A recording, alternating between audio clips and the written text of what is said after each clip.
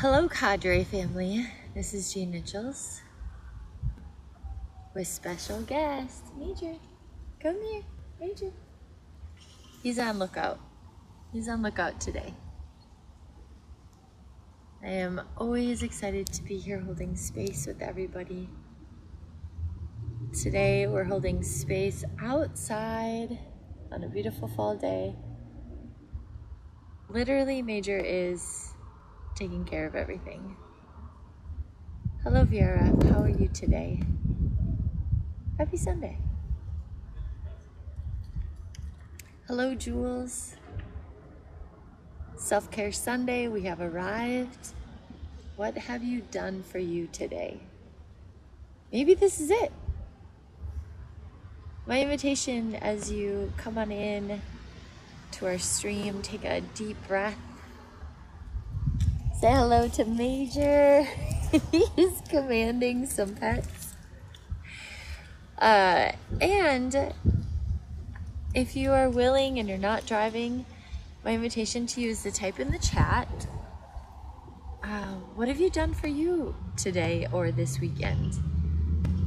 Have you taken that walk? Have you written that postcard? Who writes postcards anymore? I'm bringing that back. That's a new thing. I'm bringing it back. But today, on Self-Care Sunday, the title is The List. And so my invitation, and through our conversation today, I'm going to bring in, hello, Speak Wonder. Your buddy's here. He's on lookout. My invitation today is, if you have pen and paper, feel free to pull it out. If you are on your computer, maybe pull up a note tab. Find something that maybe you can start a little list. Jules, you painted your nails and binged a little on Netflix. Nice. I did a little Netflix binge yesterday too, in between taking some classes. And it just felt nice, just like, oh. And today we got to sleep an extra hour because 'tis the season to fall back in time. I found that teaching a spin class this morning, everybody in my class was super groggy. It was kind of funny because we run so thin, and think about the number of days or nights that you don't get enough sleep, the sleep that you need. And then magically you get an extra hour, and our bodies are like, I would like more of that. Our minds are like, yes, please. Our emotions are like, an extra hour of calm. Isn't that something lovely? So today, our conversation on Self-Care Sunday is the list. And so my invitation was, if you have pen or paper, to pull it out. Feel free. Keep looking off to the side to try to see what Major's looking at, but I'm focused. I'm here. So here's my invitation. On Self-Care Sunday, if you're willing, I'd love for you to type down or write down, what are a few things on your list that bring you the most joy? And you can insert happy, you can insert calm. What are the things that bring you the most calm in your day? And write them out, like physically write them out. So you can see on paper the things that help you reset. For me, Jean, if I'm writing down on a piece of paper, I would say walks with Major. The amount of time that I find a walking meditation to be super gratifying is significant, to the point where I crave it, especially in moments where I feel really anxious. Also, I'm really sorry if there's a lot of wind in the background. Let me know. I'm trying to hide in a corner to block it. So on my list of bringing joy or finding that calm is a walking meditation. So when I travel, I'll even try to find space to get outside and do that, even when I travel. It just helps me to reset. It helps me to think. It helps me to just let some ideas go. But also what brings me joy is teaching spin classes. I love it so much. I love picking out the songs. I love challenging everybody. I love sweaty high fives after class. So it's on my list.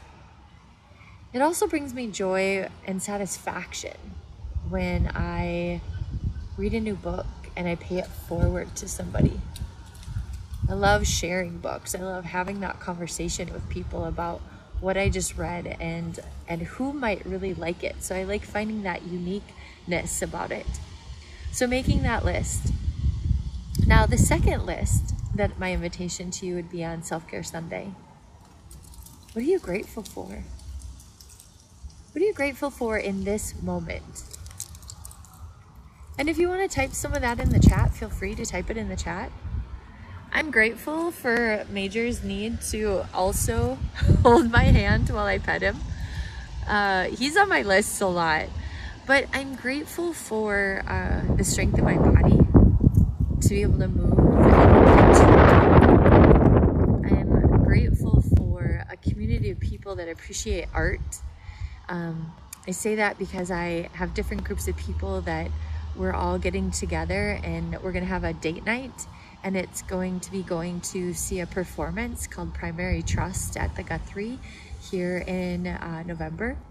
An individual who rides at our studio just for this month is the lead actor, and I am grateful for the fact that I've been able to spend time with them. So I live close to the Guthrie, and after they take my classes, they take the bus there, and then after class, I drive them back to where they're staying, and I get to have the gift of time with this individual, learning about their craft, learning about who they are. So any time that people can give the gift of time, I'm so blessed with that.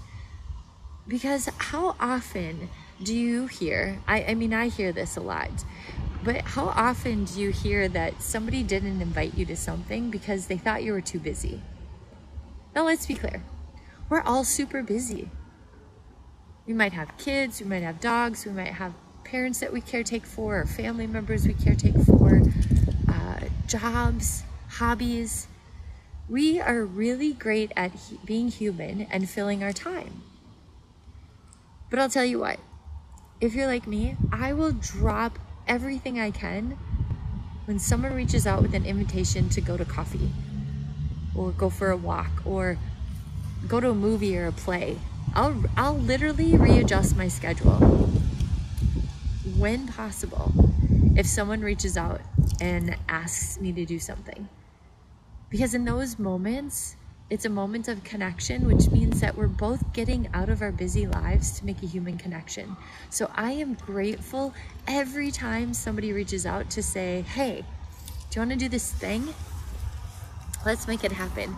So like Jules, when you come to Minneapolis and you say, hey, do you want to meet at Fragment for coffee? Yes. Yes, I do. So make the list. Why am I asking you to actually write it down on paper? Here's why. We can think about all the things we're grateful for. That's amazing.